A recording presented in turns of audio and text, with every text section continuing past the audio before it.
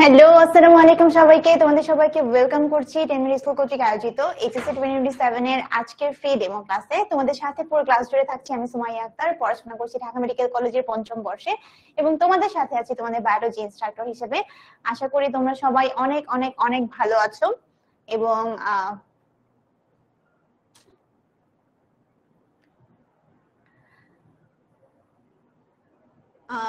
আচ্ছা, সবাই একটু জানাও যে আমাকে ঠিকমতো শুনতে পাচ্ছ কিনা।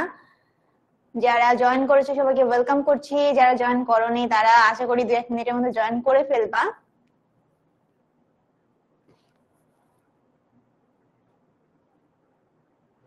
ওকে, আমি দেখতে পাচ্ছি নওশাদ যুক্ত হয়ে গেছে, সাউন্ড ঠিক করা হয়েছে, অরূপ বড়ুয়া, তারপরে সিয়াম, অনেকে চলে এসেছো।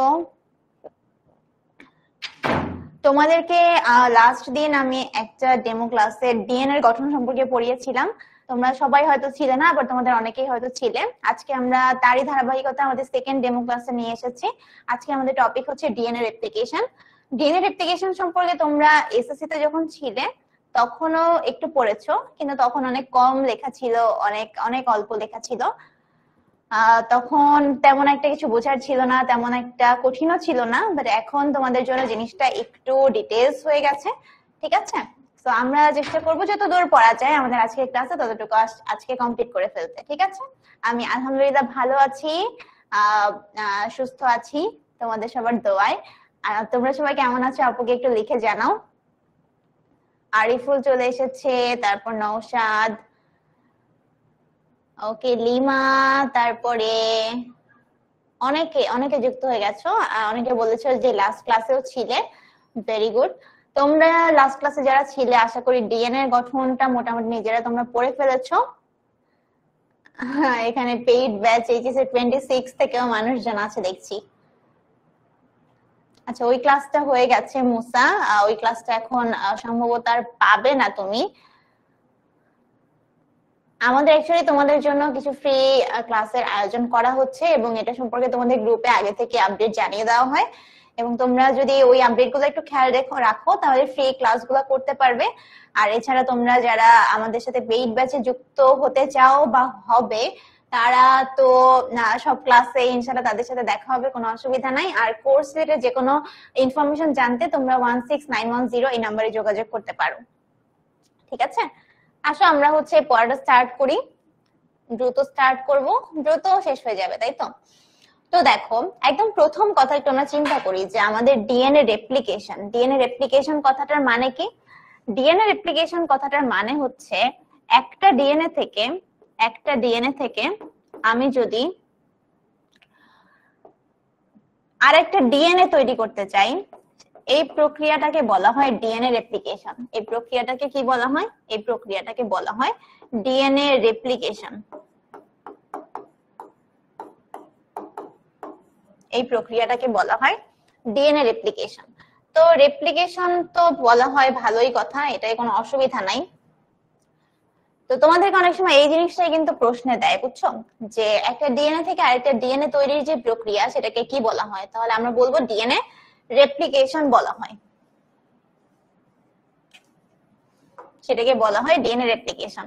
এখন দেখো এই যে প্রক্রিয়াটা, এই প্রক্রিয়াটা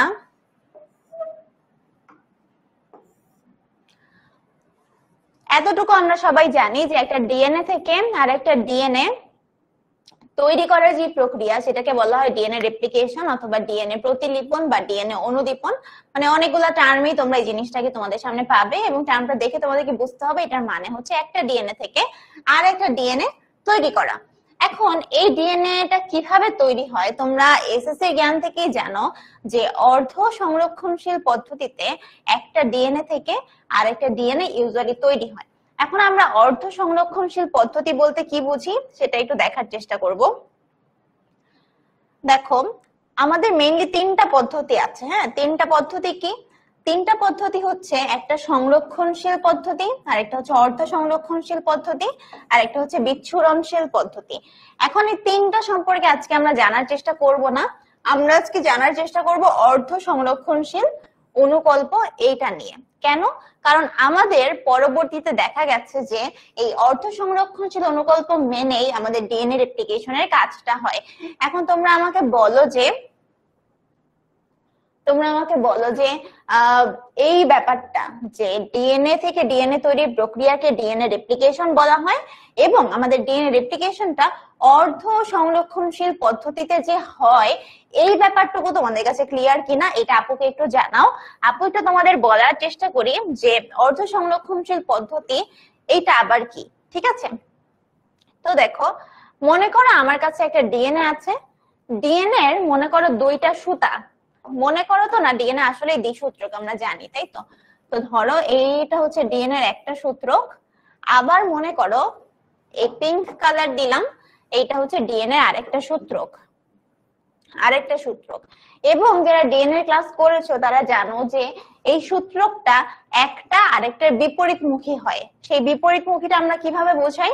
আমরা বোঝাই একটা সূত্রকের একটা মাথা যদি 5 প্রাইম হয়, আরেকটা মাথা হবে 3 প্রাইম, আবার তাহলে ভিন্ন সূত্রটা এর উল্টা দিক বরাবর হবে, একটা হচ্ছে 3 প্রাইম আর একটা হবে হচ্ছে 5 প্রাইম,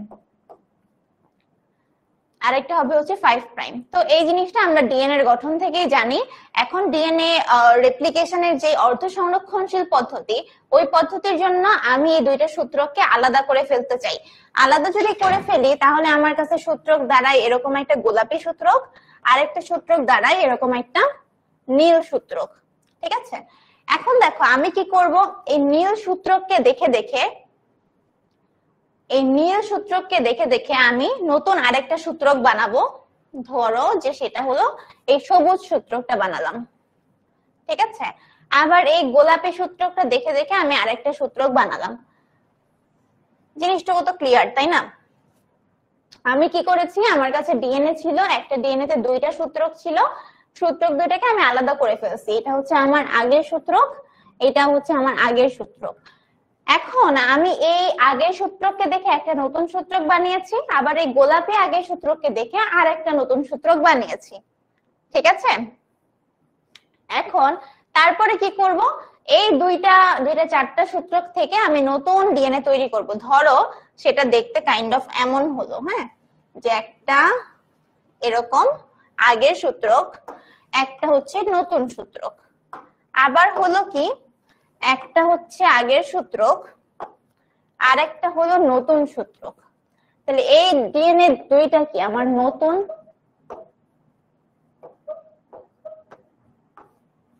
সূত্রক, রাইট? ঠিক আছে, এখন তোমরা আমাকে বলো এই নতুন সূত্রকের মধ্যে যদি তোমাকে বলি যে তাকায় তুমি কি দেখতে পাচ্ছ, যে এই নতুন দুইটা সূত্রকের মধ্যে মাতৃসূত্রক কি উপস্থিত আছে? তোমাদের অ্যান্সার হবে হ্যাঁ আপু আছে।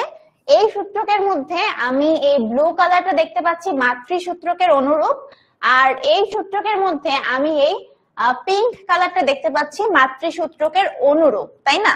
এই কথাটা তোমরা এগ্রি করো, তাই তো? এইটা যদি এগ্রি করো তাহলে আমি বলতে পারি যে এই পদ্ধতিতে আমি একটা পুরাতন সূত্রক থেকে যখন একটা নতুন সূত্রক বানাচ্ছি, এই নতুন সূত্রকে অর্ধেক বৈশিষ্ট্য হুবহু মাতৃসূত্রকের মতো। তো যেহেতু আমার নতুন ডিএনএ তে একটা সূত্রক বা হাফ বৈশিষ্ট্য হুবহু মাতৃসূত্রকের মতো, এই জন্য এই ব্যাপারটাকে বলা হয় অর্ধ সংরক্ষণশীল পদ্ধতি। ঠিক আছে, অর্ধ সংরক্ষণশীল পদ্ধতি অর্থাৎ অর্ধেক বৈশিষ্ট্য একদম সংরক্ষণশীল আছে, বা অর্ধেক বৈশিষ্ট্য একদম হুবহু আগের মতো আছে আর বাকি অর্ধেক বৈশিষ্ট্য নতুন। তাহলে তোমরা কি এইটুকু বুঝতে পেরেছো যে কেন এই পদ্ধতিটার নাম অর্ধ সংরক্ষণশীল পদ্ধতি বললাম? আমাকে একটু জানাও।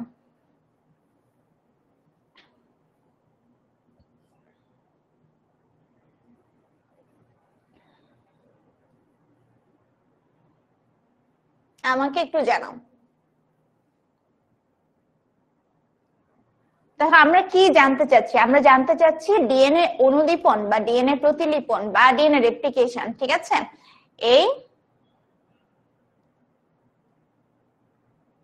এই জিনিসটা অর্ধ সংরক্ষণশীল পদ্ধতিতে হয়। অর্ধ সংরক্ষণশীল কেন বলছি এই জিনিসটা আপু বোঝানোর চেষ্টা করছি। প্রথমে আমি একটা মাতৃ ডিএনএ নিয়েছি, মাতৃ ডিএনএ তে দুইটা সূত্রক আছে, গুড। এখন এই দুইটা সূত্রক থেকে আমি দুইটা যে সুতা এটাকে আলাদা করে ফেলছি। দেখো একটা পিঙ্ক কালারের সুতা এখানে আর একটা ব্লু কালারের সুতা এখানে।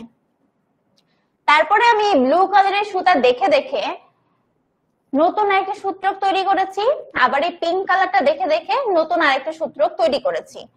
তারপর আমি এই দুইটাকে মিলে একটা ডিএনএ তৈরি করেছি, আবার এই ডিএনএটা মিলে এই সূত্রক দুইটা মিলে আর নতুন আরেকটা ডিএনএ তৈরি করেছি। এখন আমি বললাম যে নতুন যে ডিএনএটা তৈরি হলো এই নতুন ডিএনএ এর মধ্যে কতটুকু বৈশিষ্ট্য হুবহু মাতৃ ডিএনএ এর মতো। তোমাদের অ্যান্সার হবে যে আপু অর্ধেক বৈশিষ্ট্য। আমি দেখতে পাচ্ছি যে ব্লু যে সুতাটা এটা একদম মাতৃ ডিএনএ থেকে নিয়ে নিয়েছো, আবার এখানে পিঙ্ক সুতাটা তুমি একদম মাতৃ ডিএনএ থেকে নিয়েছো। তাহলে আমি বলতে পারি যে আমার নতুন ডিএনএ তে অর্ধেক বৈশিষ্ট্য হুবহু মাতৃ ডিএনএ থেকেই নেওয়া হয়েছে। অর্থাৎ আমি বলতে পারি যে আমার অর্ধেক বৈশিষ্ট্য সংরক্ষিত আছে, দ্যাটস ওয়াই এটাকে বলা হয় অর্ধ সংরক্ষণশীল পদ্ধতি, অথবা ইংলিশে কি বলা হয় semi conservative process. Semi conservative process, semi conservative process, ঠিক আছে? ওকে, এখন দেখো এইটা তো একটা বেসিক ধারণা দিলাম, তাই না? তো জিনিসটা তো এত ইজিলি হয়ে যায় না, মোটামুটি একটু একটু ঝামেলা আছে প্রসেসটার মধ্যে। হ্যাঁ, এখন তোমরা রেডি থাকলে আপুসে একটু ঝামেলার প্রসেসের মধ্যে একটু ঢুকতে চাই, ঠিক আছে? এগুলো আমাদের স্লাইড থেকে তোমরা দেখে নিলেই বুঝবা। যাই হোক, আমরা হচ্ছে আমাদের মেইন প্রসেসটার মধ্যে যেতে চাই, ঠিক আছে? তোমরা রেডি থাকলে আপু যাই।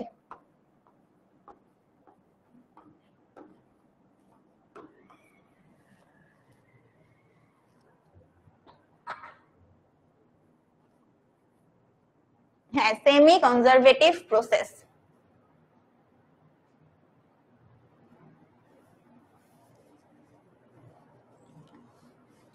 একবার বুঝিয়েছি, একবার রিক্যাপ করেছি, এখন আমি মেইন প্রসেসের মধ্যে ঢুকবো। এটার কারণ হচ্ছে কারণ মেইন প্রসেসটা ঢুকতে গেলে তোমাদের কনফিউশন গুলো ক্লিয়ার হয়ে যাবে, ঠিক আছে? আর তোমরা যারা ক্লাস করতে এসেছো সবাইকে তো অনেক ওয়েলকাম ক্লাসে অবশ্যই, কিন্তু বলবো যে নিজেদের মধ্যে কথা বলো না। তোমরা হচ্ছে একটু ক্লাস করতে আসছো তোমাদের গুরুত্বপূর্ণ সময় থেকে একটু সময় বাঁচিয়ে, সো ক্লাসটা যাতে ওরকম ভাবেই তোমার নিজের কাজে লাগে এই জিনিসটা একটু এনশিওর করো। মানে আমরা সময়টাকে কাজে লাগাই। আপু সময় নিয়ে ক্লাস নিতে আসছি, তোমরাও সময় নিয়ে ক্লাস করতে আসছো, তাই না? এটাই। ওকে, আমরা রেডি। এখন দেখো প্রথম ধাপ, একদম 1 নাম্বার ধাপে, 1 নাম্বার ধাপে আমাদের করণীয় কি? 1 নাম্বার ধাপে আমাদের করণীয় হচ্ছে একটা ডিএনএ আঁকা। কারণ কি, ডিএনএ না আঁকলে তো আমি আর নতুন ডিএনএ কিভাবে বানাবো? তাহলে আবার সেই লাল গোলাপি নীল গোলাপি একটা ডিএনএ আমি এঁকে ফেললাম, ঠিক আছে? সূত্রকে নাম দিয়ে দিই, একটা হচ্ছে 5 প্রাইম থেকে 3 প্রাইম, আর একটা হচ্ছে 3 প্রাইম থেকে 5 প্রাইম। অনেকের মনে প্রশ্ন আসবে যে 5 প্রাইম 3 প্রাইম কি? এটা আমরা ডিএনএ এর গঠন যে ক্লাসটা নিয়েছিলাম ওই ক্লাসে বুঝিয়ে দিয়েছিলাম যে 3 প্রাইম 5 প্রাইম এই জিনিসটা অ্যাকচুয়ালি কি, ঠিক আছে? প্রথম কাজ, তোমরা সবাই জানো যে এই দুইটা সূত্রকের মাঝে এক ধরনের বন্ধন থাকে। তোমরা কি বলতে পারো সেই বন্ধনটা কি বন্ধন? এর মাঝখানে আমাদের নাইট্রোজেন বেস গুলার মাঝখানে কিছু বন্ধন থাকে। তোমরা কি বলতে পারো এই বন্ধন গুলাকে কি বন্ধন বলে?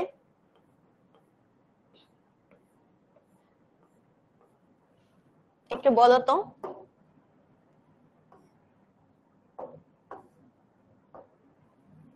এই বন্ধন গুলাকে বলা হয় হাইড্রোজেন বন্ধন। কি বলে?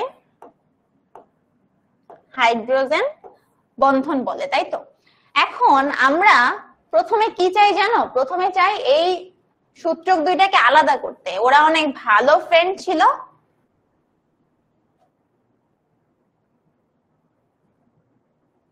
ওরা দুইজন অনেক ভালো ফ্রেন্ড ছিল, সবসময় একসাথে ক্লাসে বসতে ওদের মাঝখানে হাইড্রোজেন বন্ধন তৈরি হয়ে গেছে, একদম চিপকাই গেছে একজন আরেকজনের সাথে। এখন আমরা চাই এই অটুট বন্ধনকে ভেঙে দিতে। হ্যাঁ, এখন এই হাইড্রোজেন বন্ধনকে আমি প্রথমে ভাঙবো। তো হাইড্রোজেন বন্ধনকে ভাঙার জন্য আমার একটা এনজাইম লাগবে, খুব নরমাল কথা, একটা এনজাইম লাগবে। হাইড্রোজেন বন্ধন তো হ দিয়ে, তাই না, জিনিসটা হ দিয়ে। এই হাইড্রোজেন বন্ধনকে ভাঙার জন্য যে এনজাইমটা দরকার, সেই এনজাইমের নাম কি জানো? সেই এনজাইমের নাম হচ্ছে, হাইড্রোজেন এর এইচ দিয়ে শুরু, নাম হচ্ছে হেলিকেজ। নাম কি? Helicase enzyme. তাহলে প্রথমে আমি কি চাই? এই অটুট বন্ধনকে আমি ভেঙে দিতে চাই, এবং এই অটুট বন্ধনকে ভেঙে দেওয়ার জন্য আমাকে একটা এনজাইম হেল্প করবে। সেই এনজাইমের নাম হচ্ছে, হাইড্রোজেন বন্ধনকে ভাঙার এনজাইমের নাম হচ্ছে হেলিকেজ এনজাইম। কি বললাম? Helicase enzyme.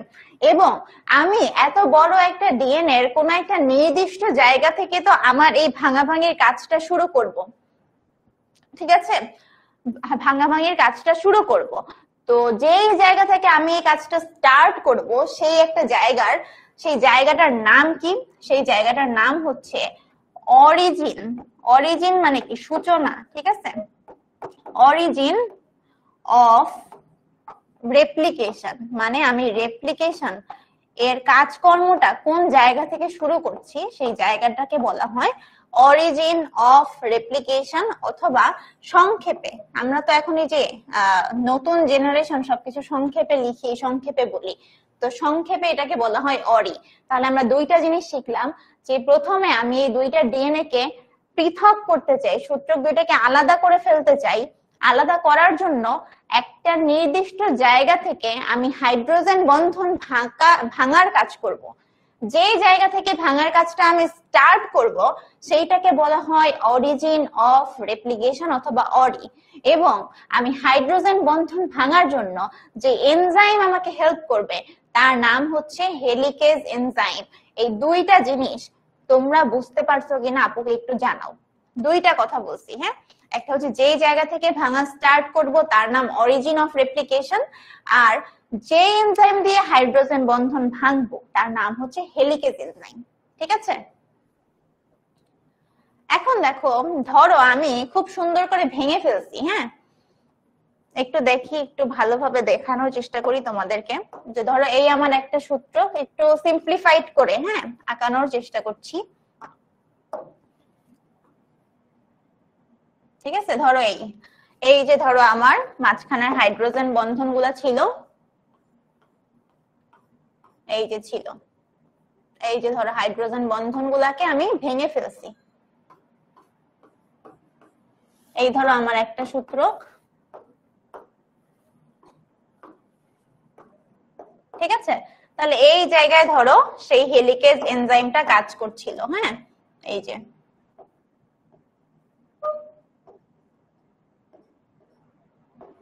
হচ্ছে আমার হেলিকেজ এনজাইম, হাইড্রোজেন বন্ধন গুলাকে ভেঙে দিয়েছে। এখন খুবই নর্মাল একটা জিনিস চিন্তা করো, যে আচ্ছা জেমি বলছে যে আপু প্লিজ আরেকবার বুঝান। আচ্ছা আরেকবার বুঝাই দিচ্ছি, তেমন কিছু তো বলি নাই, বলছি যে আমি এই হাইড্রোজেন বন্ধন গুলাকে, মানে আমার প্রথম কাজ হচ্ছে এই সূত্রক দুইটাকে পৃথক করা। পৃথক করার জন্য ওদের মাঝখানে যে হাইড্রোজেন বন্ধন আছে, এটাকে আমি ভাঙতে চাই। ভাঙার জন্য আমি একটা এনজাইম ব্যবহার করব, তার নাম হচ্ছে হেলিকেজ এনজাইম। এবং যেই জায়গা থেকে, ধরো এই জায়গা থেকে আমি ভাঙার কাজটা স্টার্ট করেছি, তাহলে এই জায়গাটাকে বলা হয় অরিজিন অফ রেপ্লিকেশন বা অরি। তাহলে দেখো এই একটা কথা বলছি, আর এখানে এই দুইটা কথা বলছি, ঠিক আছে? প্রথম কাজ হচ্ছে আমার দ্বি সূত্র বিশিষ্ট ডিএনএটাকে এক সূত্রে কনভার্ট করা, ঠিক আছে? বলো, আচ্ছা কারা বোঝো নাই আর কারা বুঝছো সেটা বলো। খুবই ইজি কথা, কিন্তু এর মাঝখানে দুইটা সূত্রের মাঝখানে তো হাইড্রোজেন বন্ধন আছে। আমি এই সূত্রক দুইটাকে আলাদা করতে চাইলে, এই সূত্রক দুইটাকে আলাদা করতে চাইলে এই হাইড্রোজেন বন্ধন গুলোকে ভাঙতে হবে। হাইড্রোজেন বন্ধন গুলোকে ভাঙার জন্য যে এনজাইমটা কাজ করে, সেটার নাম হচ্ছে হেলিকেজ এনজাইম, ঠিক আছে? আর যেই জায়গা থেকে, ধরো আমি এইখান থেকে ভাঙাটা স্টার্ট করেছি, তাহলে এই জায়গাটাকে আমি বলবো অরিজিন অফ রেপ্লিকেশন অথবা অরি। যারা বুঝছো তারা একটু সংক্ষেপে এই দুইটা লাইন লিখে দাও তো আপু, কি বললাম? এই ওরূপ তোমাকে কিন্তু মাইট দিব আমি একটা, যদি ডেমো ক্লাসে আসলে মাইট দেওয়ার কথা বলা উচিত না, ঠিক আছে? কেন মার্ক দিব বলতো? কারণ হচ্ছে আমরা তো একটা টপিক পড়ছি, তাই না? টপিকটা পড়া শেষ হতে হবে আগে, তারপরে নয় আমি পোলের কথা বলবো, তাই না? পোলের কথা বলবো। আমি কি না বুঝেই আগে লাফ দিয়ে পরীক্ষা দিতে যাব? বলো অরূপ, কোথায় তুমি? ঠিক আছে, আচ্ছা যারা বুঝছো তারা একটু লিখে দাও কি বুঝছো। এই যে দুইটা জিনিস জাস্ট দেখো, এই যে ফার্স্টে আমি হাইড্রোজেন বন্ধন গুলাকে ভাঙতে চাই, এই যে ভাঙার জন্য যে এনজাইম তার নাম হেলিকেজ, আর যে জায়গা থেকে ভাঙলাম সেটাকে বলা হয় অরিজিন অফ রেপ্লিকেশন অথবা অরি। ওকে, ঠিক আছে।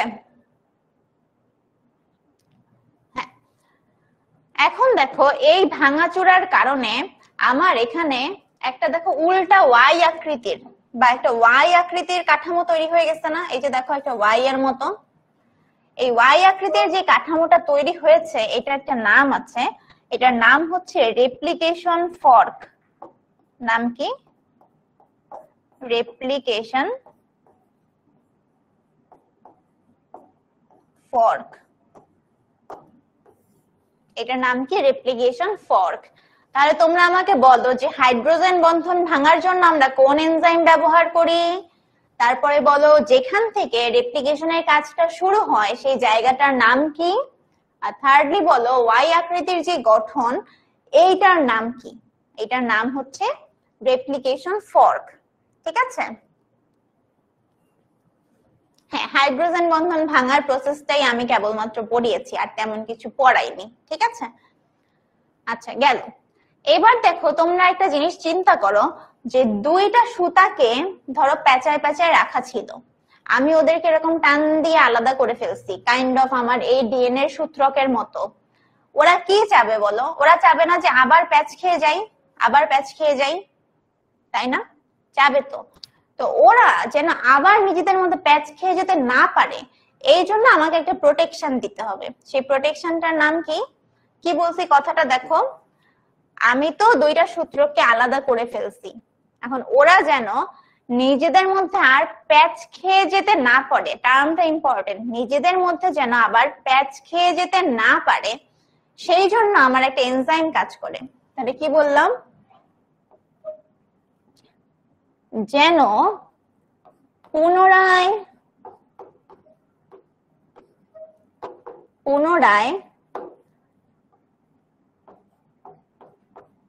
প্যাচ লাগতে না পারে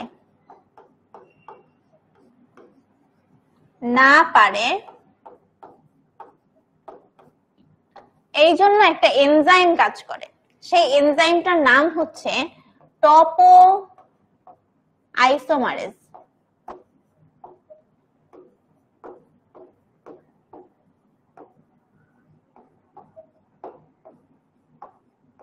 টপো আইসোমারেজ। কি বললাম?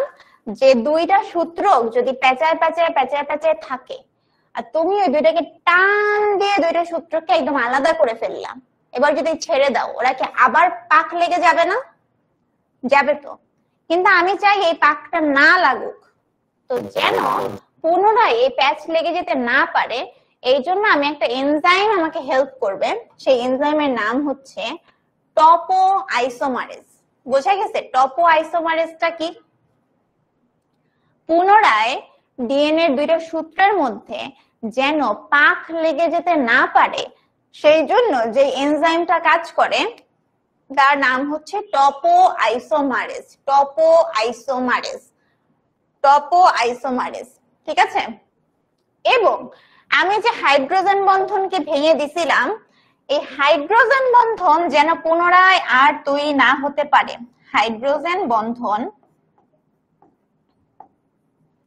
যেন আবার তৈরি হতে না পারে,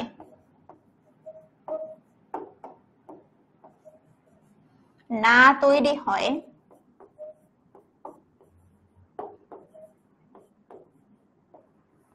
এই জন্য একটা এনজাইম কাজ করে বা একটা প্রোটিন কাজ করে, যার নাম হচ্ছে SSBP।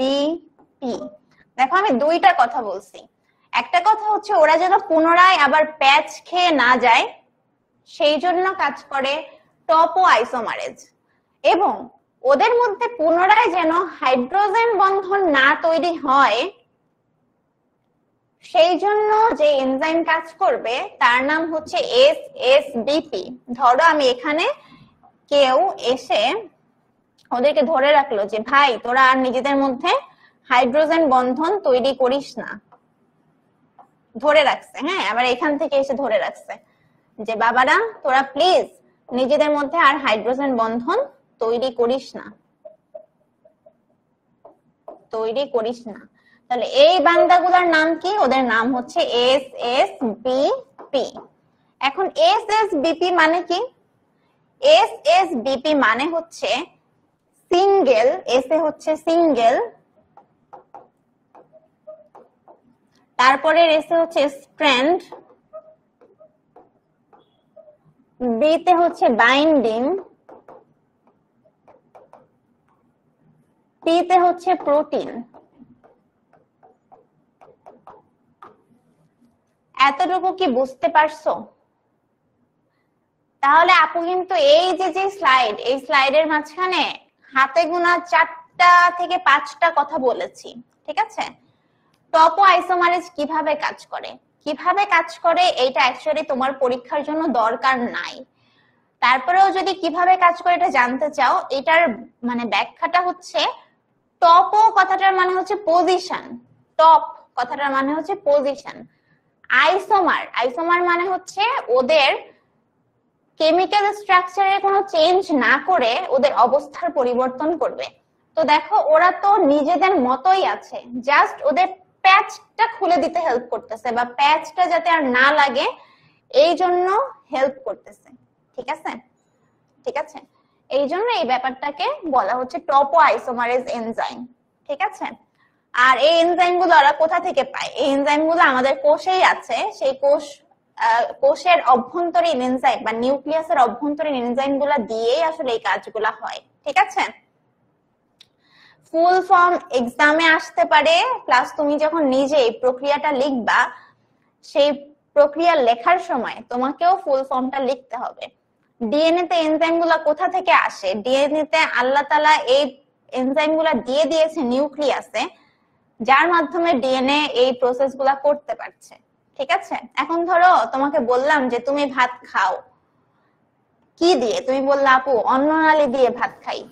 এখন আমি যদি প্রশ্ন করি যে অন্ননালীটা আসলো কোথা থেকে, অ্যানসার কি? আল্লাহ দিছে তাই আসছে। তো এনজাইম গুলো আসলো কোথা থেকে? আল্লাহ দিছে তাই আসছে, ঠিক আছে? তাহলে দেখো আমি একটু তোমাদেরকে বলি যে আপু এই ফার্স্ট স্লাইডে কি কি তোমাদেরকে পড়ালাম বা কি কি বললাম। একদম ফার্স্টে আমরা এখান থেকে শুরু করেছি যে আমি সূত্র দুইটাকে আলাদা করতে চাই, এই জন্য আমাকে হাইড্রোজেন বন্ধনটা ভাঙতে হবে। হাইড্রোজেন বন্ধন ভাঙার জন্য যে এনজাইম কাজ করে তার নাম হচ্ছে হেলিকেজ। এই এইচ দিয়েই মনে রাখতে পারবো, ঠিক আছে?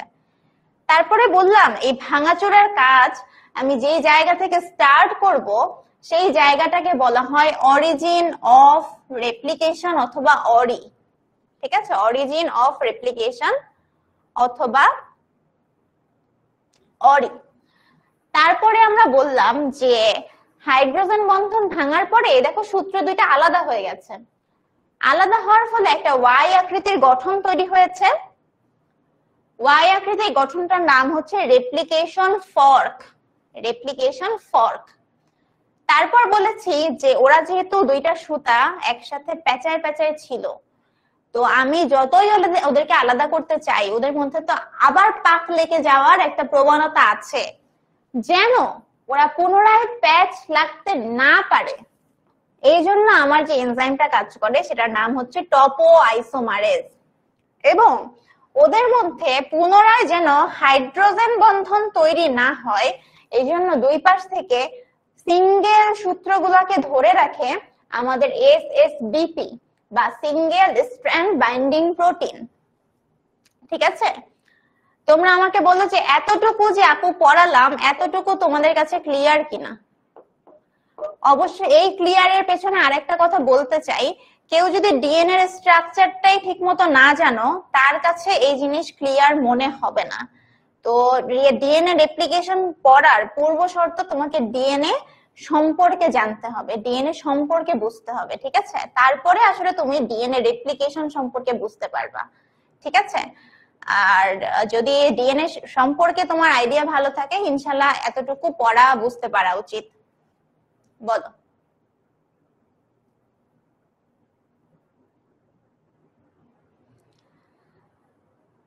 ওকে, আচ্ছা, একজন জিজ্ঞেস করেছো যে আমাদের অনলাইন ব্যাচে কতটুকু পড়ানো হয়েছে। আমাদের অনলাইন ব্যাচে উদ্ভিদ বিজ্ঞানের চ্যাপ্টার 1টা কমপ্লিট হয়ে গেছে, আর আমাদের অনলাইন ব্যাচে উদ্ভিদ বিজ্ঞানের চ্যাপ্টার 2 এর ক্লাসটা শুরু হয়েছে। চ্যাপ্টার 2 এর সম্ভবত একটা কি দুইটা ক্লাস হয়েছে, আর বাকি ক্লাসগুলোও সামনে হবে ইনশাল্লাহ। ওকে, তোমরা লিখেছো, বুঝতে পেরেছি, ক্লিয়ার। তাহলে আমরা পরের ধাপটা একটু যাওয়ার চেষ্টা করি, ঠিক আছে? তো দেখো, এই পর্যন্ত আমি কি পেলাম, আমি একটা ডিএনএ ছিল, সেখান থেকে ডিএনএ এর 2টা সূত্রককে আমি আলাদা করে ফেলেছি, এবং এই যে এখন একটা সূত্রক আলাদা আছে আমার কাছে, আর একটা সূত্রক এরকম আলাদা আছে, ঠিক আছে? তো সেইটাই একটু তোমাদেরকে আরেকবার দেখানোর চেষ্টা করি।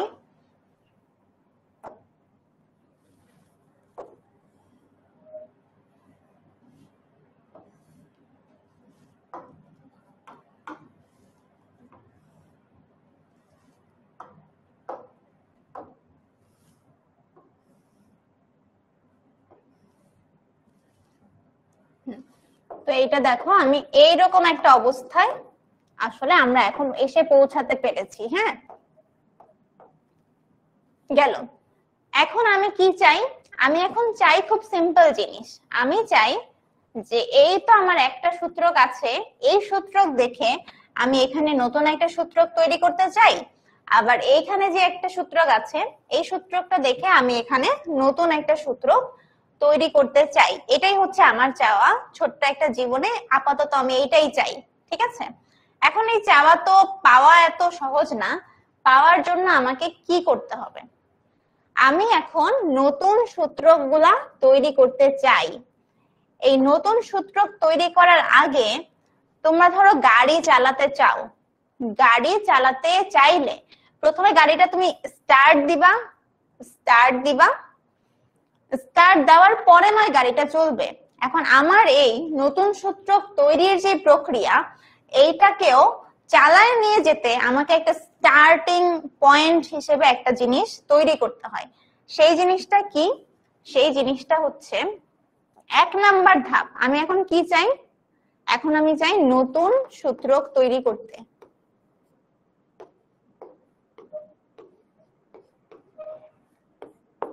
তৈরি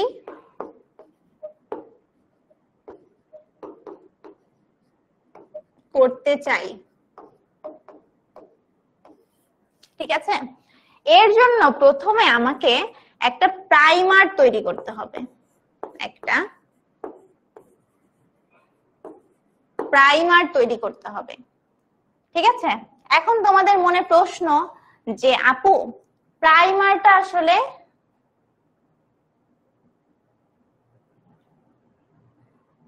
বলো। এখন তোমাদেরকে বলবে যে প্রাইমারটা আসলে কে তৈরি করছে, কোন এনজাইম এসে প্রাইমারটা তৈরি করছে। এখন প্রাইমারটা তৈরি করছে যে এনজাইম, তার নাম হচ্ছে প্রাইমেজ।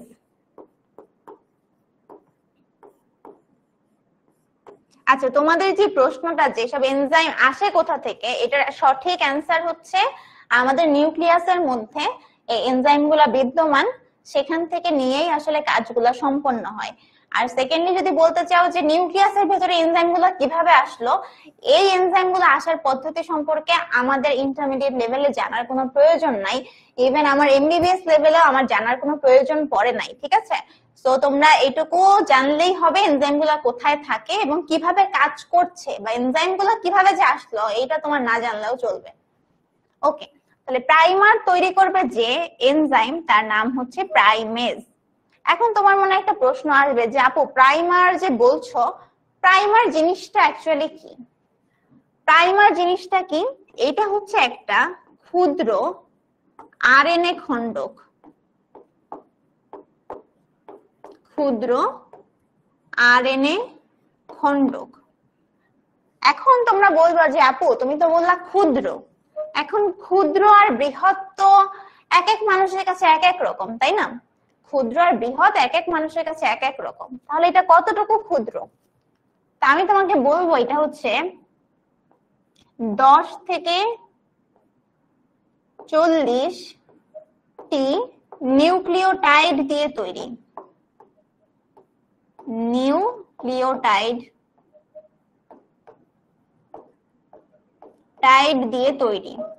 এখন কেউ যদি নিউক্লিওটাইড মানে না বুঝো তাহলে তাকে বলবো ডিএনএ এর ক্লাসটা একটু করে নিও, তাহলে বুঝতে পারবা। ঠিক আছে, তাহলে আমরা 3টা কথা শিখছি যে আমার এই নতুন সূত্রক তৈরির যে প্রক্রিয়া এইটা স্টার্ট করতে আমাকে প্রথমে একটা প্রাইমার তৈরি করতে হবে। প্রাইমার যে এনজাইমটা তৈরি করবে তার নাম হচ্ছে প্রাইমেজ, এবং প্রাইমার জিনিসটা কি? এটা হচ্ছে একটা ক্ষুদ্র আরএনএ খণ্ডক। ক্ষুদ্র মানে কতটুকু ক্ষুদ্র? এটা হচ্ছে 10 থেকে 40টা নিউক্লিওটাইড বিশিষ্ট। ঠিক আছে, বলো এতটুকু বুঝছো যে প্রাইমার কে তৈরি করে, প্রাইমার জিনিসটা কি, প্রাইমার জিনিসটা কতটুকু ক্ষুদ্র?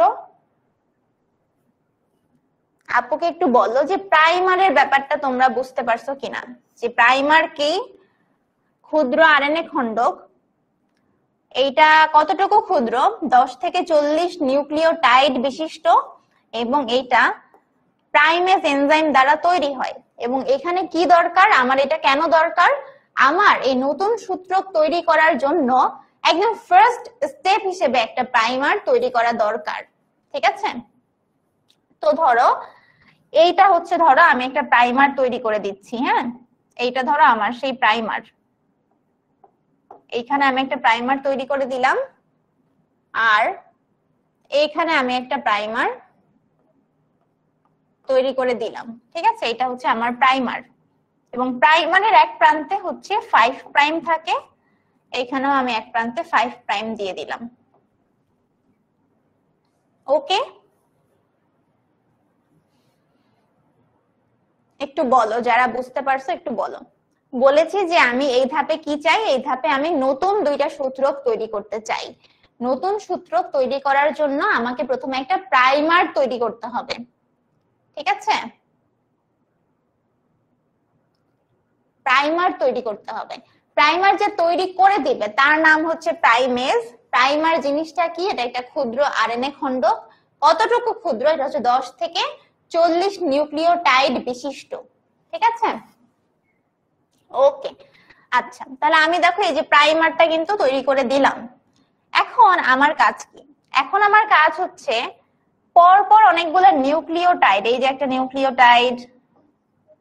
নিউক্লিওটাইড পরপর যদি আমি তৈরি করে জোড়া লাগাই দিতে পারি তাহলে আমি নতুন সূত্রকটা বানাতে পারবো। এখন আমার এই নতুন সূত্রকটা কে তৈরি করে দিবে? এবার আমি চাই নতুন সূত্রক তৈরি করতে।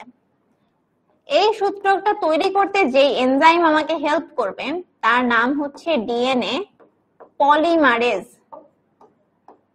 DNA polymerase. তাহলে দেখো নতুন একটা জিনিস পড়লাম যে আমার এইখানে একদম হিরো এনজাইম, মানে যে আমার মেইন কাজটা করে দিচ্ছে, সেই হিরো এনজাইমের নাম হচ্ছে ডিএনএ পলিমারেজ। এবং এই ডিএনএ পলিমারেজ 3 ধরনের হয়, 1, 2, 3। তো ডিএনএ পলিমারেজ 3 যে এনজাইমটা, সে আমার এখানে নতুন নতুন সূত্রক যুক্ত করে নতুন নতুন নিউক্লিওটাইড যুক্ত করে নতুন সূত্রক তৈরি করতে হেল্প করবে। ধরো এই যে ইনফরমেশনটা কি, আমি নতুন সূত্রক তৈরি করব। কিভাবে তৈরি করব? ধরো অনেকগুলো নিউক্লিওটাইড, একটা নিউক্লিওটাইড এর সাথে আরেকটা নিউক্লিওটাইড, আরেকটা নিউক্লিওটাইড, আরেকটা নিউক্লিওটাইড, এরকম মিলে মিলে আমি নতুন সূত্রক তৈরি করব।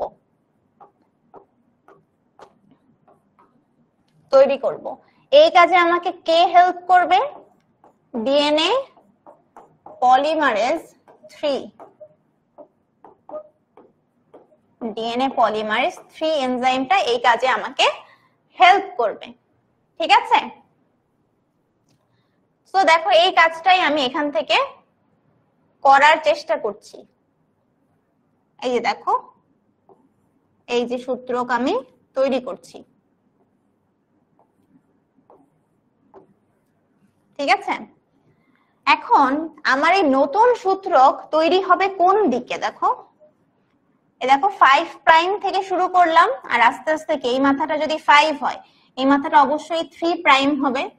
তাহলে নতুন সূত্রকটা দেখো কোন দিকে বর্ধিত হচ্ছে, 5 প্রাইম থেকে 3 প্রাইমের দিকে। তাহলে এই জিনিসটা মনে রাখবা, নতুন সূত্রক সব সময় কোন দিক বরাবর বৃদ্ধি পাবে, নতুন সূত্রক সব সময় 5 প্রাইম থেকে 3 প্রাইমের দিকে বৃদ্ধি পাবে। ওকে,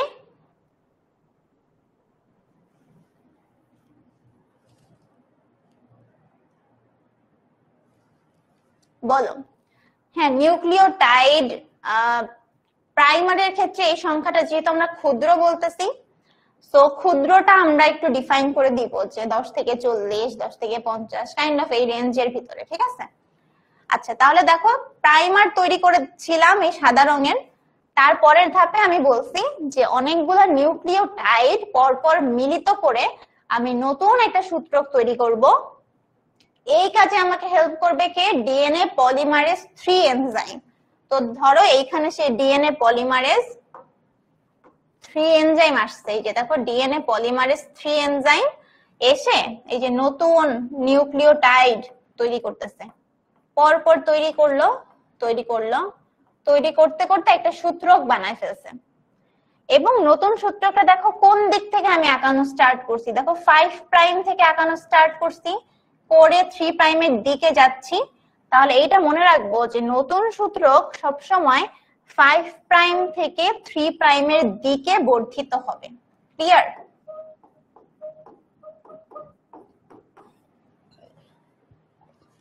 বলো।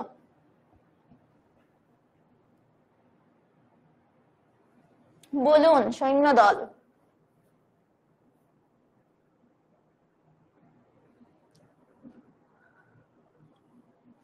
আচ্ছা, তাহলে এখানে আমার সুন্দর মতো সূত্রটা তৈরি হয়ে গেছে, আমিও হ্যাপি, আমার ডিএনএ সূত্রকও হ্যাপি। কিন্তু আমার আরেকটা যে সূত্রক, ওখানে আমি দেখলাম যে কেমন জানি একটা ঝামেলা চলতেছে। এই যে একটু নিউক্লিওটাইড যুক্ত হচ্ছে, আবার একটু ফাঁকা থেকে যাচ্ছে, আবার নিউক্লিওটাইড যুক্ত হচ্ছে, আবার নিউক্লিওটাইড যুক্ত হচ্ছে, আবার নিউক্লিওটাইড যুক্ত হচ্ছে। এইটা হচ্ছে আমার 3 প্রাইম প্রান্ত, ঠিক আছে। তাহলে আমার কি ঝামেলাটা হলো দেখো। আচ্ছা, আবার বলছি, দেখো আমার কাজটা খুবই সিম্পল। আমি এখানে নতুন সূত্র তৈরি করতে চাই। এখন তোমরা ডিএনএ এর গঠনে কি পড়ছো, ডিএনএ হচ্ছে পলিনিউক্লিওটাইডের সর্পিলাকার গঠন। তার মানে আমি যদি পলিনিউক্লিওটাইড, মানে আমি যদি অনেকগুলা নিউক্লিওটাইড পরপর বসাই দিতে পারি, তখন আমি নতুন একটা সূত্রক পেয়ে যাব। জাস্ট লাইক অনেকগুলা পুঁথি বা অনেকগুলা ওই যে কি বলে মুক্তা যদি আমি পরপর বসাই, আমি একটা মুক্তার মালা বা চেইন পেয়ে যাব। তো ধরো এই যে অনেকগুলা মুক্তা পরপর বসায় আমি ধরো ডিএনএ একটা নতুন সূত্রক তৈরি করতেছি, এবং এই কাজে আমাকে হেল্প করবে ডিএনএ পলিমারেজ 3 এনজাইম, ঠিক আছে।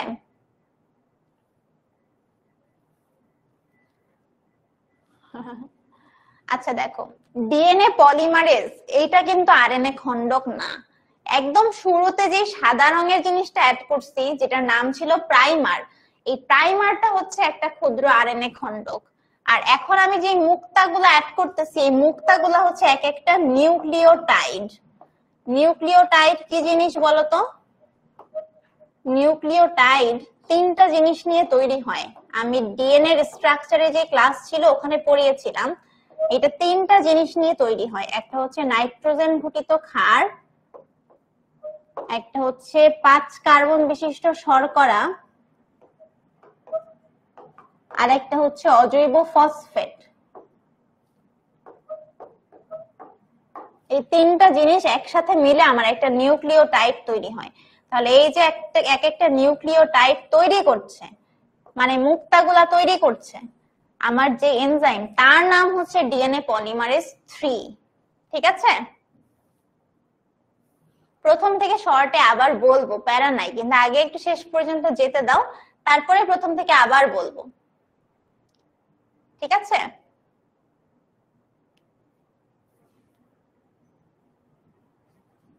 ওকে, তো দেখো এখন আমার ঝামেলাটা কি হলো।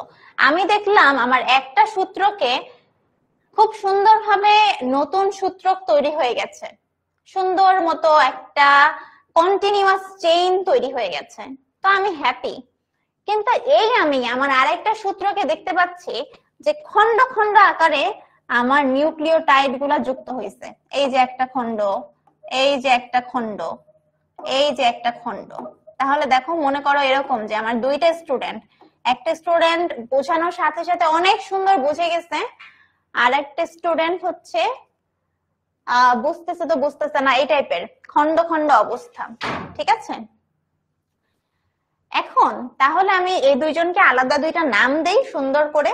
যেই সূত্রকে নতুন সূত্রটা একদম কন্টিনিউয়াসলি তৈরি হয়ে গিয়েছে, সেই সূত্রটার নাম হচ্ছে, সেই সূত্রটার নাম হচ্ছে লিডিং সূত্রক। লিডিং সূত্রক, যে ও হচ্ছে লিড দিতে পারতেছে যে হ্যাঁ আমি সব বুঝে গেছি, আমি সুন্দর মতো সূত্রক তৈরি করে গেছি, ঠিক আছে? আর যেই সূত্রকে একদম খন্ড খন্ড আকারে আমার নিউক্লিওটাইড যুক্ত হয়েছে কিন্তু পুরাপুরি একটা কন্টিনিউয়াস সূত্রক তৈরি হয়নি, সেই সূত্রকে আমি নাম দিলাম, যেটার নাম হচ্ছে ল্যাগিং সূত্রক। মানে ও একটু ল্যাগ খাচ্ছে বারবার। আমরা বলি না যে আমাদের কম্পিউটারে কাজ করতে যে হ্যাং হয়ে যায়, বলে আমরা তখন বলি ল্যাগিং হচ্ছে, হ্যাঁ?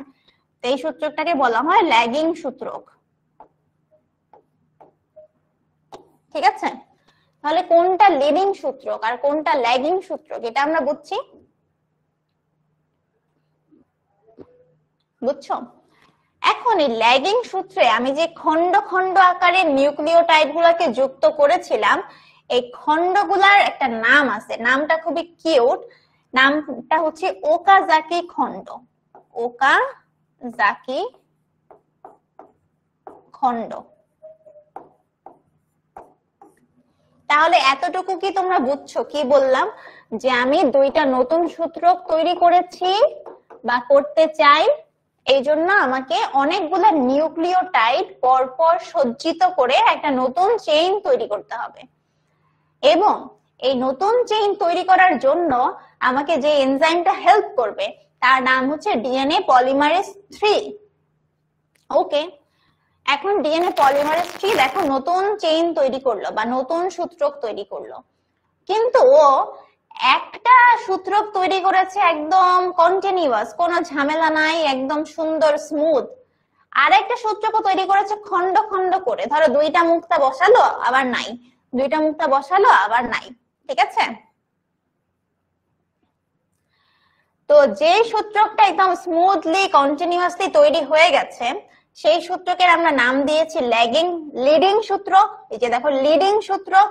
আর যে সূত্রকে খন্ড খন্ড আকারে আমার নিউক্লিওটাইড গুলা যুক্ত হয়েছে, সেই সূত্রককে আমরা বলছি ল্যাগিং সূত্রক। এবং এই প্রত্যেকটা নিউক্লিওটাইড খন্ডকে আমরা বলছি ওকাজাকি খন্ড। কি বললাম? ওকাজাকি খন্ড। আমাকে একটু বলো যে ক্লিয়ার কিনা।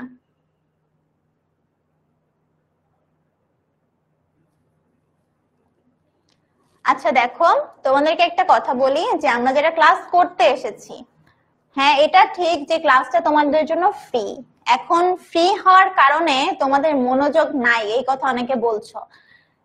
তোমার জিনিস ফ্রি কিনা এটা কিন্তু সবসময় টাকা দিয়ে মেজার করা যায় না। তুমি তোমার টাকার থেকেও মূল্যবান জিনিস নিয়ে এখানে বসে আছো, সেটা হচ্ছে তোমার সময়। সময়ের থেকে দামি আমার মনে হয় না পৃথিবীতে কিছু আছে, তাই না? তোমাদেরও মনে হয় আমার কথার সাথে এগ্রি করা উচিত, ঠিক আছে? এখন দেখো, তো যারা সময় নিয়ে আসছো, মানে এই পৃথিবীর সব থেকে গুরুত্বপূর্ণ অ্যাসেট, সেই সময় নিয়ে যখন আসছো সময়টাকে কাজে লাগাও, নিজেদের মধ্যে কথা বলো না, বোঝার চেষ্টা করো, যতটুকু বুঝে যেতে পারো তোমারই লাভ, ঠিক আছে? কারণ দেখো অনেকেই আছে যারা ক্লাসটা করতে চায়, ক্লাসটা থেকে বুঝতে চায়, কিন্তু যারা আসলে অযথা কথা বলছো তাদের জন্য নিজেদের সময়ও যাচ্ছে, ওই বাকি ভালো যারা আসলে ক্লাসটা করতে চায় তাদের সময়টাও নষ্ট হচ্ছে। ঠিক আছে?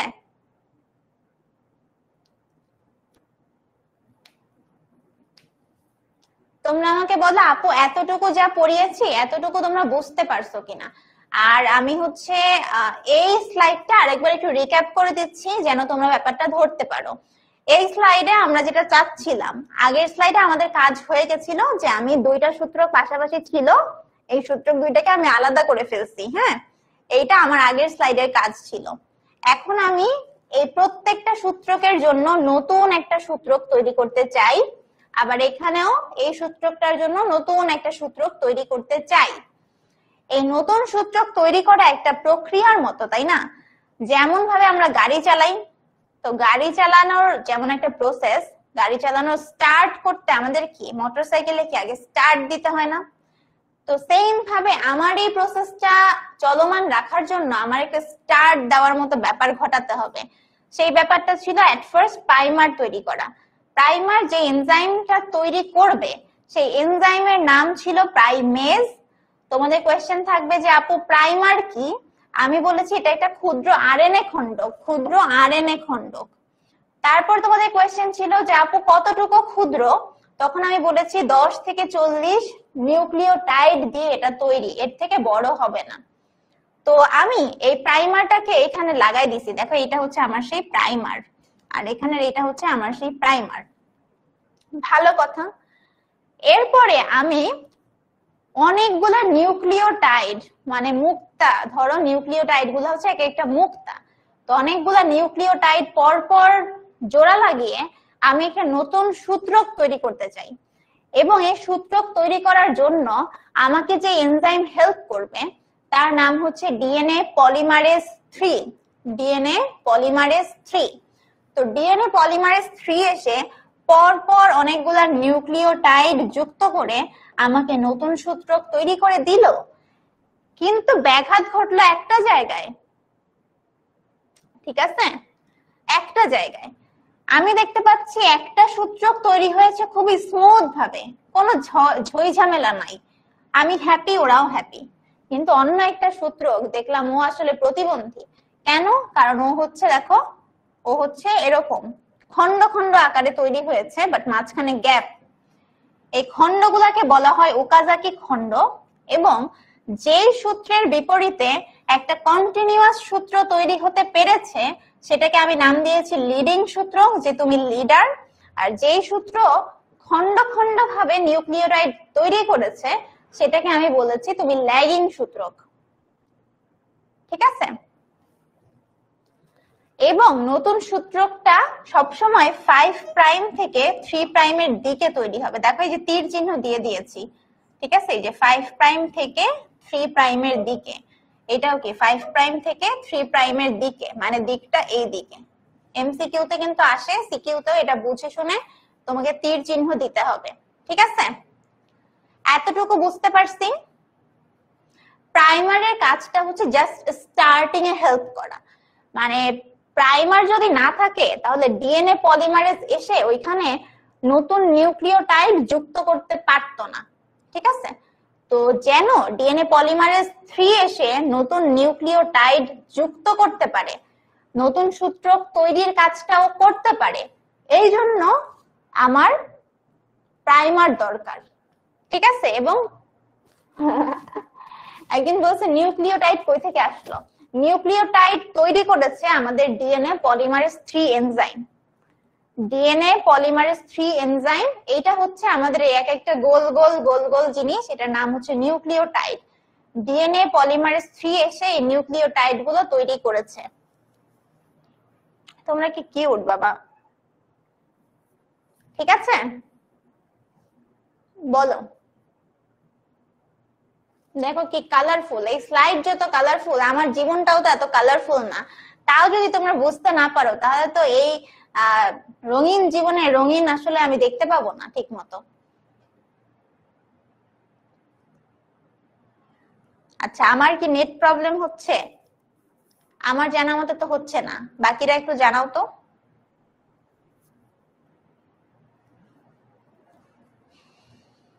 কষ্ট করে পড়তে হবে, যেন কোনো কষ্ট না আসে এই কষ্টের জীবনে।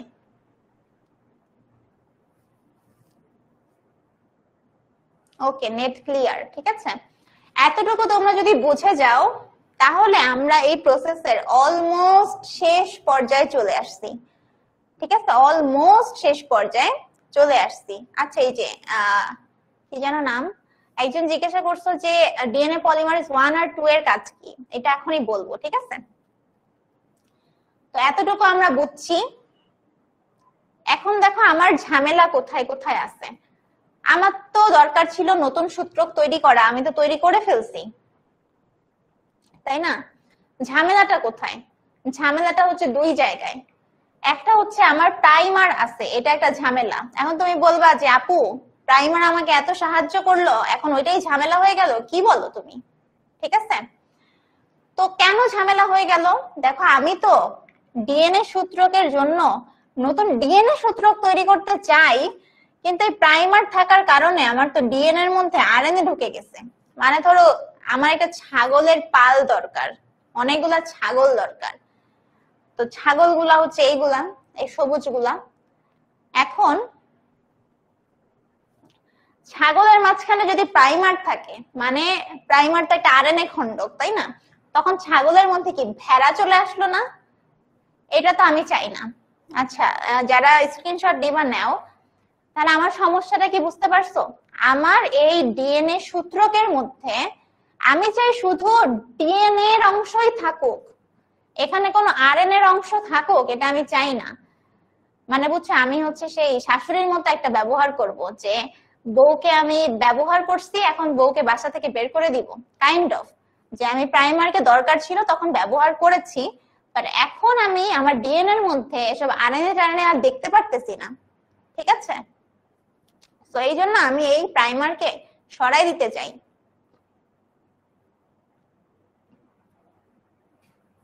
ঠিক আছে, তো প্রথমে এই একটা সমস্যা রয়ে গেছে। আরেকটা সমস্যা হচ্ছে ওকাজাকি খন্ড। ওকাজাকি খন্ড মাঝখানে ফাঁকা ফাঁকা, তো এরকম ফাঁকা ফাঁকা জিনিস তো আমি চাই না। আমি তো চাই আমার মালা হবে একদম মানে ফার্স্ট ক্লাস মালা, গলায় দিব একদম মুখটা চকচক করবে, কোথাও ফাঁকা নাই, এরকম একটা চাই। কিন্তু সেই ফাঁকা, সেই মুখটার মাঝখানে কেন ফাঁকা থাকবে? আমি কি এত গরিব? এত কি গরিব হয়ে গেছি? না। তাহলে আমার দুইটা সমস্যা। দেখো আমার দুইটা সমস্যা, দুইটা জীবনের প্রবলেম, জীবনের প্রবলেম, ঠিক আছে। একটা প্রবলেম হচ্ছে আমার জীবনে ছাগলের মাঝখানে ভেড়া ঢুকে গেছে, তার মানে প্রাইমার রয়ে গেছে। প্রাইমার একটা প্রবলেম। কেন প্রাইমার প্রবলেম? কারণ প্রাইমার থাকার কারণে আমার ডিএনএ এর মাঝখানে আরএনএ খণ্ডক চলে আসছে। এই আরএনএ খণ্ডক আমি আর চাই না, আর চাই না। এটা হচ্ছে আমার 1 নাম্বার সমস্যা। আর 2 নাম্বার সমস্যা হচ্ছে ওকাজাকি খণ্ড। ওকাজাকি খণ্ড, এই খণ্ডগুলোকে আমাকে জোড়া লাগাতে হবে, জোড়া লাগাতে হবে।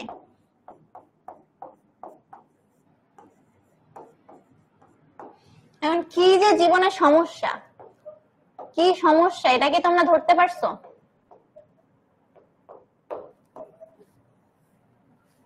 এটা ধরতে পারছো? আপুকে একটু জানাও। জীবনে যদি সমস্যা ধরতে পারো তাহলে সলিউশন করা ইজি, ঠিক আছে?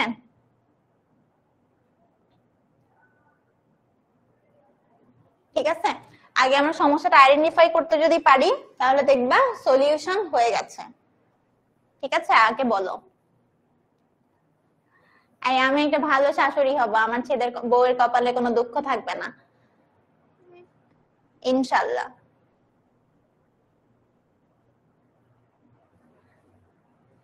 আরএনএ কেন এখন আর প্রয়োজন নাই? দেখো আরএনএ কে কেন আনছিলাম, কারণ আরএনএ কেন আনছিলাম চিন্তা করো তো। এই যে প্রাইমারটা যখন আমি আনছি, কেন আনছিলাম? কারণ প্রাইমার না থাকলে আমার ডিএনএ পলিমারেজ এসে কাজ করতে পারে না, এরকম লাগাইতে পারে না, নিউক্লিওটাইডের খন্ডগুলোকে লাগাতে পারে না, ঠিক আছে? তো যেন ডিএনএ পলিমারেজ এই লেজটা ধরে ধরে এই জিনিসগুলোকে লাগাতে পারে, এই জন্য আমি প্রাইমার আনছিলাম। বাট আমার তো সূত্র তৈরি করা শেষ, ডিএনএ পলিমারেজের কাজ তো শেষ, ঠিক আছে? এই জন্য এখন আর আমার প্রাইমারকে দরকার নাই, ঠিক আছে? হ্যাঁ, তাহলে আমি সমস্যা দুইটা বুঝতে পারলাম বা আমি আইডেন্টিফাই করতে পারলাম, ঠিক আছে? এখন আমি সলিউশন চাই। সলিউশনটা কি দেখো, সলিউশনটা হতে হবে একদম রঙিন ঝকমকো। ওকাজাকি খন্ডগুলাকে আমি জোড়া লাগাবো। ধরো এই যে আমার ওকাজাকি খন্ড, এই যে একটা ওকাজাকি খন্ড, আমি এটাকে জোড়া লাগাবো, এই যে জোড়া লাগাই দিলাম। এই জোড়া লাগানোর জন্য যে এনজাইম কাজ করবে সেই এনজাইমের নাম হচ্ছে লাইগেজ এনজাইম। মানে লাইগেজ এনজাইমটা আমার এখানে আঠার মতো কাজ করবে, লাইগেজ এনজাইম। তাহলে সমস্যা নাম্বার 2 এটার সলিউশন হয়ে গেল যে ওকাজাকি খন্ড আমি জোড়া লাগাতে চাই, জোড়া লাগানোর জন্য লাগবে আঠা। জোড়া লাগানোর জন্য লাগবে আঠা। আমার এখানে সেই কাঙ্ক্ষিত আঠা কোনটা? কাঙ্ক্ষিত আঠা হচ্ছে আমাদের লাইগেজ এনজাইম, ঠিক আছে? তোমরা মনে রাখবা জোড়া লাগানো লাইগেজ এনজাইম এই কাজে হেল্প করে, ঠিক আছে? বুঝতে পেরেছো? আল্লাহ আমাকে একটা ভালো শাশুড়ি বানাইও আল্লাহ।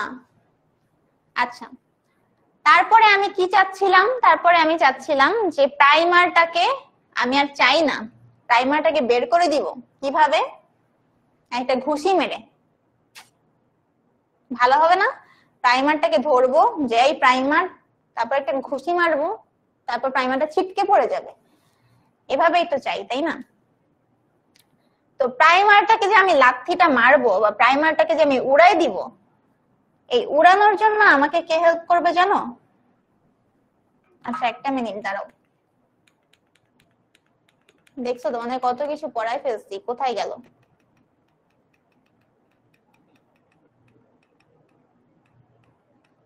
এক মিনিট একটু,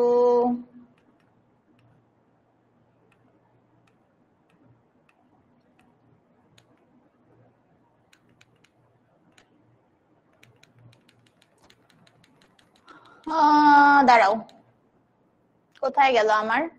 হ্যাঁ, তো দেখো আমি প্রাইমার গুলাকে একটা ঘুষি মেরে উড়াই দিতে চাই। এই ঘুষি মারবে কে? মারবে হচ্ছে আমাদের ডিএনএ পলিমারেজ 1।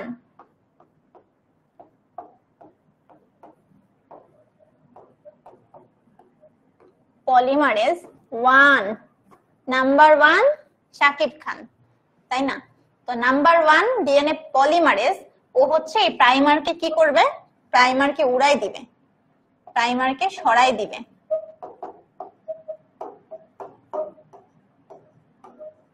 তাহলে তো তোমরা হ্যাপি, তাই না? যে আমাদের জীবনের সব সমস্যা আমরা সলভ করে ফেলছি। আমিও হ্যাপি যদি তোমরা হ্যাপি থাকো।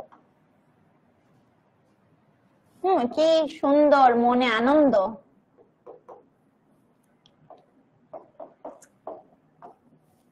যে জীবনের সব সমস্যার সলিউশন হয়ে গেছে।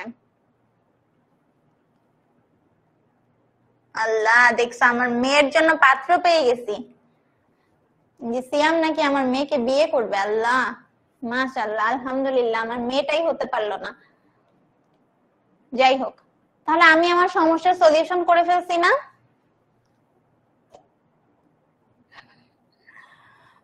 ঠিক আছে, তাহলে এই সমস্যার সলিউশন আমরা করতে পারছি। এটা কি তোমাদের কাছে ক্লিয়ার যে কিভাবে সমস্যার সলিউশন করলাম? একটা হচ্ছে ওকাজাকি খন্ডগুলোকে জোড়া লাগাই ফেলছি লাইগেজ এনজাইম দিয়ে, আর প্রাইমার গুলাকে উড়াই দিছি ডিএনএ পলিমারেজ 1 দিয়ে। আরে তো এটা তো শয়তানি, এটা শয়তান না, যে কাজে লাগছে তাকে উড়াই দিল, শয়তানি তো আসলে।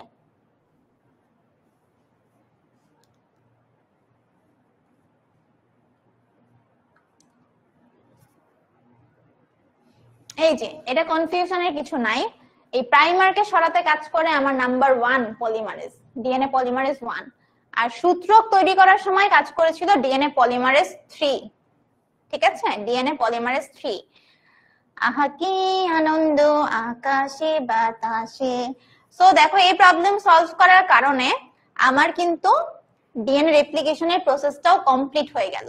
ঠিক আছে, কারণ কি আমি হচ্ছে নতুন সূত্রক তৈরি করে ফেলছি, প্লাস আমি হচ্ছে আমার এই সমস্যাগুলোকে জীবন থেকে সরাই দিছি। হ্যাঁ, এখানে এগুলা জোড়া লাগাই দিছি, সমস্যাগুলোকে সলভ করে ফেলছি। ঠিক আছে, তাহলে এর মাধ্যমে আমাদের এই যে প্রক্রিয়াটা এইটার সমাপ্তি ঘটলো। তাহলে এই যা যা আপু বললাম এই জিনিস যদি পরীক্ষার খাতায় লিখে আসতে পারো, ইনশাআল্লাহ তোমরা এই ডিএনএ রেপ্লিকেশন প্রসেসটা বুঝে শুনে লিখে আসতে পারবা। ঠিক আছে, ডিএনএ পলিমারেজ কিভাবে সরায়?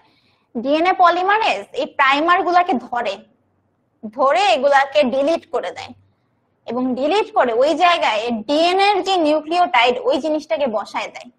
বুঝছো? আগের যে আরএনএ ছিল ওই আরএনএ নিউক্লিওটাইড গুলাকে নষ্ট করে দেয়, এবং ডিএনএ পলিমারেজ 3 এসে ওই জায়গাটায় নতুন ভাবে ডিএনএ এর যে নিউক্লিওটাইড ওইটাকে বসায় দেয়। ঠিক আছে, ওকে। এখন দেখো তোমাদের আর একটা প্রশ্ন দেয় অনেক সময় যে ডিএনএ পলিমারেজ যে এত কাজ করতেছে, ডিএনএ পলিমারেজ তো দেখো আমাদের মেইন কাজটা করলো, পলিমারেজ যে এত কাজ করলো ওর একটা বিশেষ বৈশিষ্ট্য আছে। সেই বিশেষ বৈশিষ্ট্যের নাম হচ্ছে প্রুফ রিডিং। প্রুফ রিডিং মানে কি? তোমরা অনেক সময় পরীক্ষায় প্রশ্ন লেখার পরে তারপর এটাকে রিভাইজ করো না, যে দেখি তো আমার প্রশ্নগুলো ঠিক আছে নাকি, সব প্রশ্নের উত্তর ঠিক আছে কিনা, মার্কিং করেছে কিনা, তারপরে কিছু ভুল করলাম কিনা, এরকম একটা রিভিশন দাও না? তো ডিএনএ পলিমারেজ যে এনজাইম, ওরও এরকম খুব ভালো স্টুডেন্ট ও। ঠিক আছে, ও খুব ভালো স্টুডেন্ট, ও হচ্ছে এরকম প্রুফ রিড করতে পারে। প্রুফ রিড মানে কি? ও যখন একটা নিউক্লিওটাইড, ধরো এই যে একটা নিউক্লিওটাইড যুক্ত করতেছে পরপর, ও আবার পিছনে আসে, পিছনে এসে দেখে যে যেটা লাগালাম, যে নিউক্লিওটাইডটা আমি যুক্ত করলাম, এটা কি ঠিক ছিল? দেখা যে ওকে ঠিক ছিল। যদি দেখে যে না, আমি তো জীবনে একটা ভুল করে ফেলছি, ও তখন কিন্তু আর সামনে আগায় না, ও তখন এই ভুলটা আগে সংশোধন করে। মানে আমরা পরীক্ষার খাতায় যেমন রিভাইজ দিতে যে যেই কাজটা করি, এখানে ডিএনএ পলিমারেজটাও সেম কাজটা করে। মানে ও নিউক্লিওটাইড যুক্ত করে, প্লাস ও পিছনে এসে আবার দেখে যে আমি কি ঠিকঠাক যুক্ত করলাম। যদিও ভুল করে ফেলে সামহাউ, তাহলে ওইটাকে ও আবার সংশোধন করে সামনের দিকে আগায়। ঠিক আছে, সামনের দিকে আগায়। সো এই জিনিসটা মনে রাখবা যে ডিএনএ পলিমারেজের একটা বিশেষ বৈশিষ্ট্য আছে, ও হচ্ছে প্রুফ রিড করতে পারে, বা ও হচ্ছে ভালো স্টুডেন্ট, ও হচ্ছে রিভিশন দিয়ে সামনে আগায়। কিন্তু এত রিভিশন দেওয়া সত্ত্বেও জীবনে যেমন কিছু না কিছু ভুল হয়েই যায়, এই সুন্দর জীবনে কিছু না কিছু ভুল যেমন আমরা করে ফেলি, হতেই পারে যে ডিএনএ পলিমারেজও কিছু না কিছু ভুল করে ফেলছে। কেমন ভুল? ধরো ওর কাছে এ ছিল, এর বিপরীতে ওকে তো টি জোড়া লাগাতে হতো, তাই না? দেখা গেল ও টি জোড়া না লাগায় ও এখানে ভুল করে এর সাথে জি জোড়া লাগাই ফেলছে, এরকম কিছু একটা উল্টাপাল্টা কাজকর্ম করে ফেলছে। এরকম ভুল হয়ে যেতে পারে, ও তো মানুষ, তাই না? এরকম যদি ভুল হয়, এই ভুলগুলাকে কি বলে জানো? এই ভুলগুলাকে বলা হয় মিসম্যাচ। মানে ম্যাচ হয় না, এর সাথে তো টি লাগবে, সি এর সাথে জি লাগবে, এই জিনিসটাকে বলা হয় মিসম্যাচ। এই জিনিসটাকে কি বলা হয়? মিসম্যাচ। এখন এই মিসম্যাচ যদি হয়, ডিএনএ এর মধ্যে এত বড় একটা ঝামেলা হয়ে যাবে, তাহলে আমার বডিতে কিছু না কিছু সমস্যা তো হবে। এই মিসম্যাচের কারণে কি হতে পারে জানো? ক্যান্সার হতে পারে।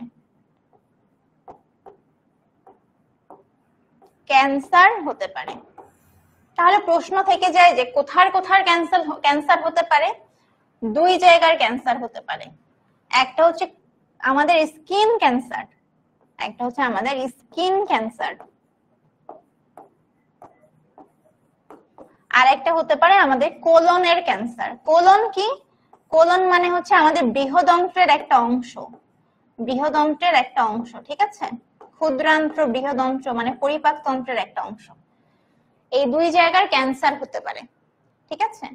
এবং স্কিন ক্যান্সারের সাথে তোমরা মনে রাখবা যে মানে আমাদের সূর্যের আলোতে যে আল্ট্রাভায়োলেট বা অতিবেগুনি রশ্মি থাকে, এইটা এই স্কিন ক্যান্সারের জন্য অনেকাংশে দায়ী, ঠিক আছে? অনেকাংশে দায়ী। এবং এই স্কিন ক্যান্সারের একটা নাম আছে, নামটা একটু কঠিন, দেখো জেরোডার্মা। কি হয় জানো, এই স্কিন ক্যান্সারে গায়ে কালো কালো ছোপ ছোপ দাগ পড়ে যায়। ও কালো কালো ছোপ ছোপ দাগ পড়া এটাকে বলা হয় পিগমেন্ট। পিগমেন্ট মানে হচ্ছে রঞ্জক, রঞ্জক মানে দাগ।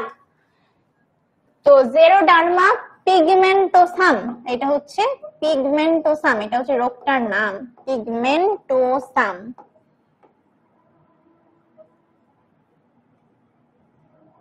পিগমেন্টোসাম এটা হচ্ছে আমাদের স্কিন ক্যান্সারের নাম। কি? জেরোডার্মা পিগমেন্টোসাম। পিগমেন্ট মানে রঞ্জক পদার্থ, আমাদের গায়ে ছোপ ছোপ কালো কালো হয়ে যায়, ঠিক আছে? এই ব্যাপারটাকে বলা হয় জেরোডার্মা পিগমেন্টোসাম। কোলন কি? কোলন হচ্ছে আমাদের পরিপাকতন্ত্রের একটা অংশ, মানে আমরা যে খাই না, খাবারটা যে তন্ত্র দিয়ে সামনে আগায় বা পরিপাক হয়, সেই পরিপাক তন্ত্রের একটা অংশ হচ্ছে কোলন, ঠিক আছে? বৃহদন্ত্র পড়ছো না তোমরা ছোটবেলায়? হ্যাঁ, পিগমেন্টোসাম, এই যে অরূপ বড়ুয়া সুন্দরভাবে লিখে দিচ্ছে, হ্যাঁ, পিগমেন্টোসাম। ওকে, তাহলে তোমাদেরকে যদি বলে যে ডিএনএ পলিমারেজ যদি কোনো জায়গায় ভুল করে, এই ভুলটাকে আমরা কি বলবো? অ্যান্সার হচ্ছে মিসম্যাচ। তারপর যদি বলে যে মিসম্যাচের কারণে কি সমস্যা হয়, তুমি বলবা যে ক্যান্সার। বলবে কোন ক্যান্সার? তুমি বলবা স্কিন ক্যান্সার হতে পারে আর কোলনে ক্যান্সার হতে পারে। তোমাকে যদি বলে যে বলো তো ইউভি রশ্মির প্রভাবে কোন ক্যান্সারটা হয়, তুমি বলবা স্কিন ক্যান্সার। তারপর বললো যে স্কিন ক্যান্সারটার নাম কি, তুমি বলবো জেরোডার্মা পিগমেন্টোসাম, ঠিক আছে? ঠিক আছে, তাহলে আমরা সবাই একটু বলো যে ডিএনএ রেপ্লিকেশনের প্রসেসটা আমরা কি পারবো ইনশাআল্লাহ? পারবো?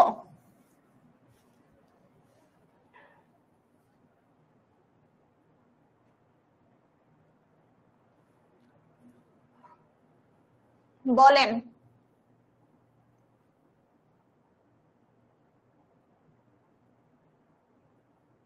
আমার চোখের সামনে কোথায় চুল? কি যে বলো।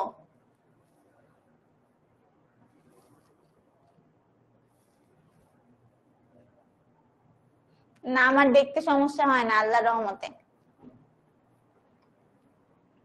ওকে, দেখো আমি আবার একটু তোমাদেরকে বলি যে আমরা তোমাদেরকে ফ্রি ক্লাসের মাধ্যমে গত একটা ক্লাসে ডিএনএ স্ট্রাকচার সম্পর্কে পড়িয়েছি, এবং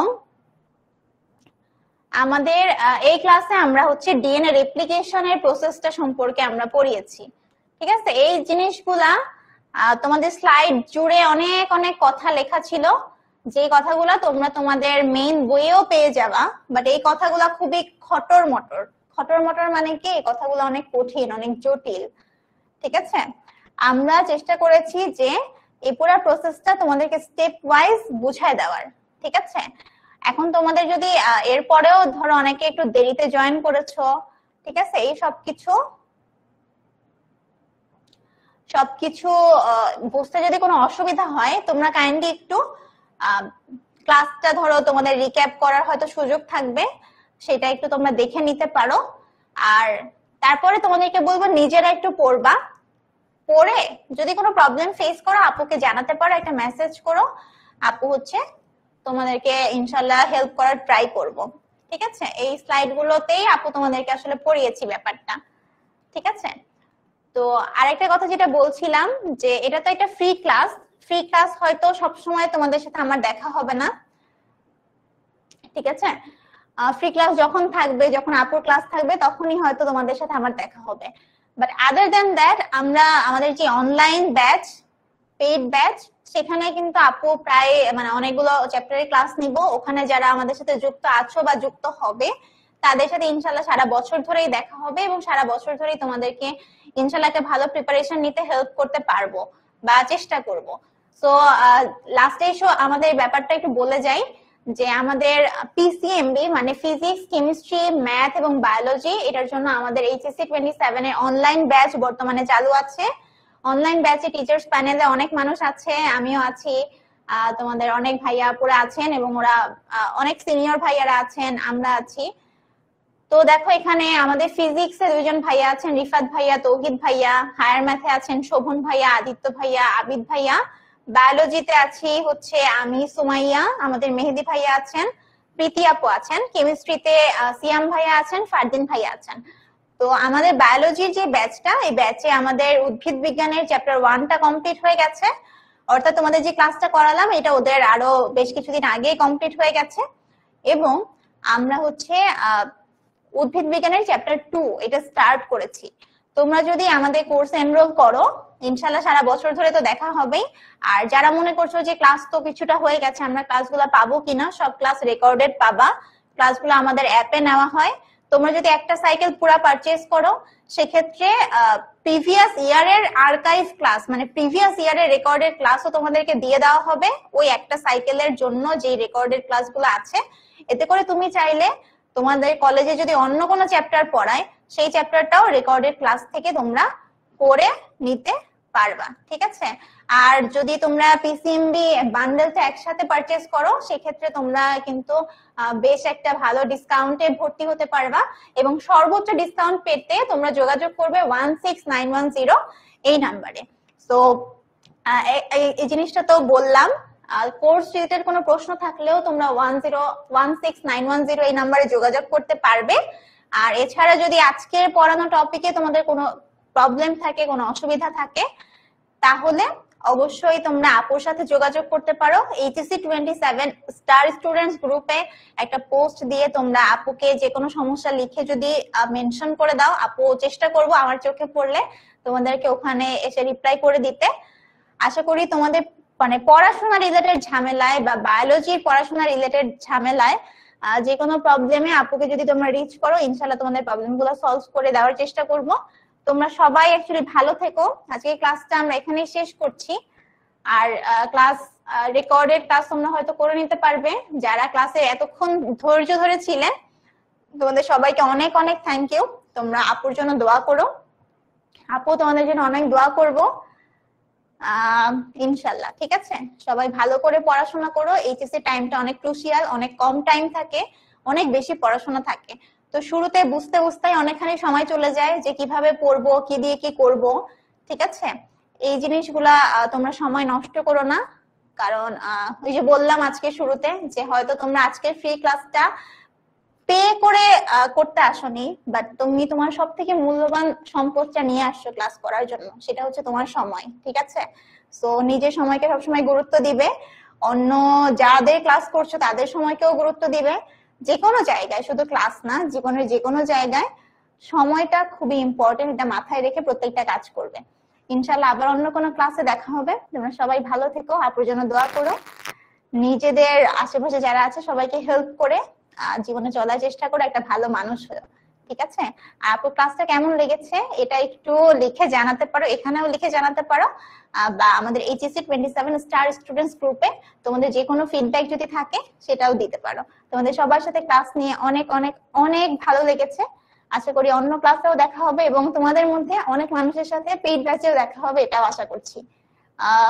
কোনো সমস্যা হলে একাডেমিক রিলেটেড আমাকে মেসেঞ্জারেও নক করতে পারো, কোনো অসুবিধা নাই। ওকে, আল্লাহ হাফেজ।